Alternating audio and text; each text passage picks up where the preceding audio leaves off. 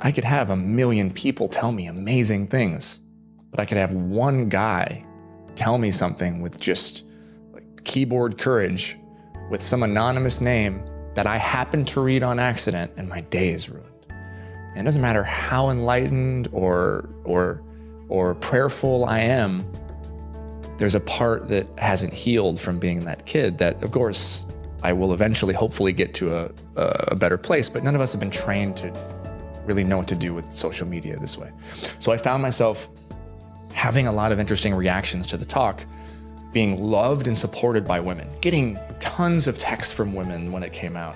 Very famous women, women that I hadn't seen in 10 years, 20 years, a few men, being promoted on all these female-facing magazines and websites and things. And then the male reaction was really negative. And I was confused because it ended up perpetuating the same issue, which was this feeling like I am not good enough for my own gender, which happened as a boy. And now here I am talking to men as a man. Because at the end of the day, I'm an athlete, I'm a dude, I work out, I love some of the aspects of masculinity. I'm a sports fan, I'm like, all of it.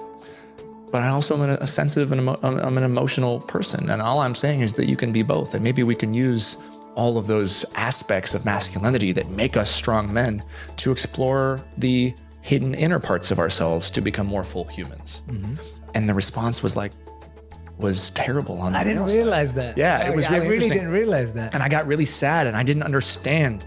And I realized that without knowing it, I had used certain words that sensational media has weaponized for a political agenda, like toxic, right? I'm not saying toxic masculinity doesn't exist, but that word now, if I say it, a large part of the population will not listen to what I have to say, even though I'm not using it in a politicized word. I'm saying the aspects of masculinity that encourage policing and bullying, that encourage us to change our personalities, maybe to treat women poorly, those things are toxic. And by toxic, I mean they're bad for you in the same way that a harmful chemical causes cancer, right? That's all it is.